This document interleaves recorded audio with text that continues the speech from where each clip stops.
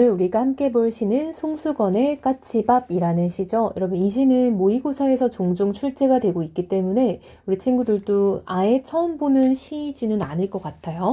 그래서 우리가 한번 같이 읽어보고 정리해 보도록 합시다. 자, 여러분 일단 제목에서 느껴지는 게 있죠. 이 시의 글감은 까치밥이라는 소재구나. 그럼 이 사람이 까치밥을 통해서 무슨 얘기를 하고 싶은 걸까 좀 고민을 해봐야겠네요. 자, 그럼 친구들이 선생님의 설명을 듣기 전에 한번 읽어보고, 그쵸? 그 다음에 설명을 듣는 게 훨씬 효율적이겠죠? 한번 읽어보고 영상을 다시 시작하도록 합시다.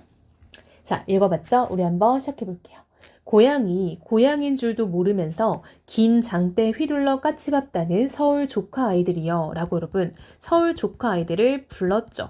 도노법이고요. 도노법은 영탄법에 속합니다. 그리고 여러분, 누구를 이렇게 불렀기 때문에 부르는 말은 곧 이 내 말을 듣는 청자가 전제되어 있다라는 뜻이죠. 그래서 내 말을 들어주는 청자가 있어. 이거는 말 건네는 말투라고 볼 수 있다는 거죠.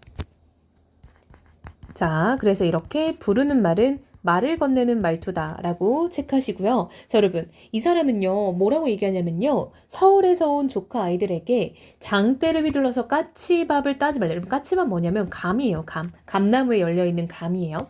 그 까치밥 따지 말라라고 여러분, 강하게 말을 하고 있어요. 뭡니까? 명령형이죠. 자, 여러분, 명령형은 화자가 이렇게 하지 마라는 자신의 생각이 강하게 담겨 있다라고 우리가 볼 수 있겠죠. 그래서 여기서는 어떤 강한 의지의 표현이다라는 것. 남도의 빈 겨울 하늘만 남으면 우리 마음 얼마나 허전할까. 자, 여러분, 남도는 이제 우리 남쪽 그 땅을 말하는 거고요. 빈 겨울 하늘만 남으면 우리 마음이 얼마나 허전하겠냐라는 거야. 자, 여러분, 왜 빈 겨울 하늘만 남아요? 그쵸. 까치밥을 다 따버리면 그냥 하늘이 너무 허전하지 않겠냐라는 얘기인 거예요. 살아온 이 세상 어느 물굽이 소용돌이치고 휩쓸려 배에 줄일 때도 공중을 오가는 날짐승에게 길을 내어주는 그것은 따뜻한 등불이었으니. 자, 여러분 이게 무슨 말이냐면요. 살아온 이 세상에 어느 물구비가 소용돌이치고 그것에 휩쓸리며 배, 줄이다라는 거 여러분 굶다라는 거죠. 배가 고플 때도 공중을 오가는 날짐승에게 길을 내어주는 그것, 이꼴 뭡니까? 까치밥인 거죠. 이꼴 뭐예요? 감을 말하는 거예요. 그 감은 따뜻한 등불이었대요. 자, 여러분 은유법이죠.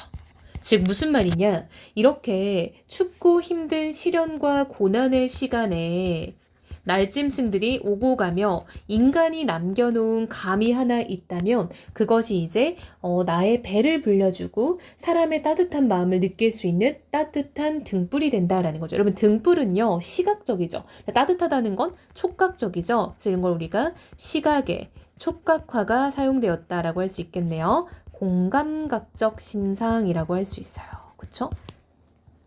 철없는 조카아이들이요. 그 서울 조카아이들이죠. 그 까치밥 따지 말라. 여러분 보니까 여기가 비슷한 문장이 반복되고 있는 거 보이죠. 아까는 서울 조카들이었지만 이제는 철없는 조카아이들이네요. 자, 여러분 이렇게 문장 구조가 반복되면 당연히 운율이 형성되고요. 강조의 효과가 되겠죠. 자, 문장 구조의 반복은 운율과 강조의 효과가 있다라는 거 알 수 있겠죠. 사랑방 말쿠지에 집신 몇 주 걸어놓고 할아버지는 무덤 속을 걸어가시지 않았느냐. 자, 여러분 이게 무슨 말이냐. 사랑방은 여러분 좀 손님한테 내주는 그런 방이었던 거예요. 그래서 이거는 손님에게 내주는 방의 역할이었던 거고 그랬을 때 이 손님한테 내준다는 것 자체가 타인에게 열려있는 방인 거잖아요. 그래서 타인을 열려있다 이꼴 배려하는 방이라고 할 수 있겠죠. 근데 할아버지는요 그곳에 집신을 몇 주 걸어놨대요. 왜 그러나 봤더니 그렇게 손님이 오면은 빌려주려고 타인에 대한 어떤 이해와 배려의 마음에서 준비한 거예요. 여러분 우리 이거 비슷한 거 위에서 소재 찾을 수 있죠. 다른 존재를 우리가 배려하는 따뜻한 등불 이꼴 그게 바로 뭐다? 까치밥 이렇게 되는 거죠. 따라서 까치밥과 따뜻한 등불, 따뜻한 등불과 집신 몇 죽은 비슷한 시어라고 볼 수 있겠네요. 할아버지는 무덤 속을 걸어갔다라는 거는 이제 돌아가셨다라는 거죠. 즉 할아버지는 남을 배려하는 삶을 살다가 세상을 떠났다라는 거죠. 그 집신 덜어는 외로운 길손의 길보시가 되고, 여러분 길보시는요 이제 이 불교 용어인데요. 뭐 보시한다라는 게 남에게 뭔가를 이렇게 베푸는 걸 뜻하는 거예요. 그래서 이 집시는 남에게 어떤 베풀어 주는 것이 됐다라는 거죠. 한밤중 동네에 컹컹 짖어 그 집신 짊어지고 아버지는 다시 새벽 두만강 국경을 넘기도 하였으니, 여러분 아버지는요 두만강 국경을 넘어다니면서 장사를 했던 사람인 거예요. 그래서 아버지도 되게 고단한 삶을 살았다는 거 알 수 있겠죠.